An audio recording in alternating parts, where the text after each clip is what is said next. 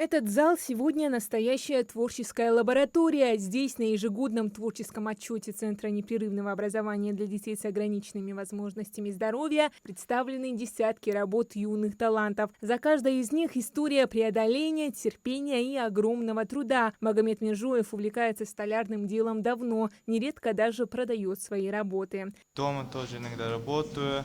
Раньше в школе я ходил в столярные кружки, там запоминал кое-какие вещи, что если древесина будет мокрая, то использовать ее нельзя, все равно будет слабый, даже если засохнет, будет ломаться. Сперва я с карандашом все это начертил, то есть нарисовал, сам нарисовал гору. После чтения я уже выжигаю с паяльником.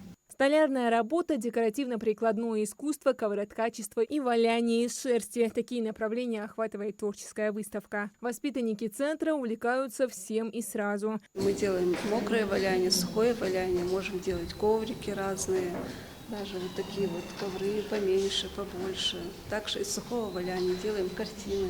Основа всего – грамотное педагогическое сопровождение. На открытых уроках учителя центра демонстрируют современные методики, интерактивное оборудование и, что важно, индивидуальный подход к каждому. Учителя готовятся к уроку самым тщательным образом, но одних педагогических методик недостаточно. Здесь выстроена целая система коррекционного и медицинского сопровождения. Я провожу тонизирующий массаж.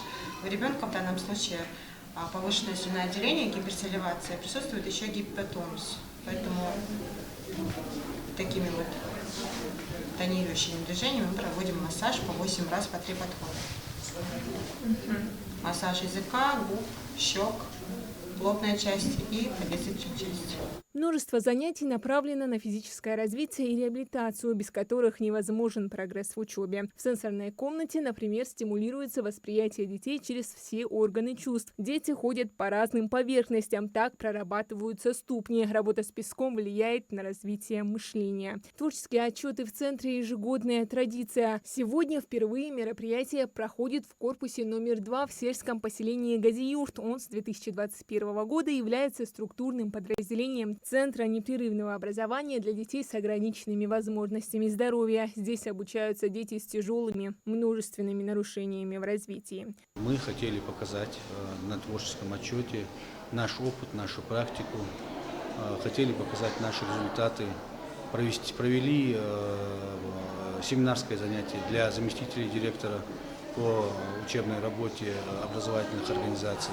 Среди гостей мероприятия представители Министерства образования и науки Ингушетии, Общественной палаты и Народного собрания республики, директора школ. Отчет завершился круглым столом. Хадиджа Ивлуева, Султан Магушков, Магаз 24.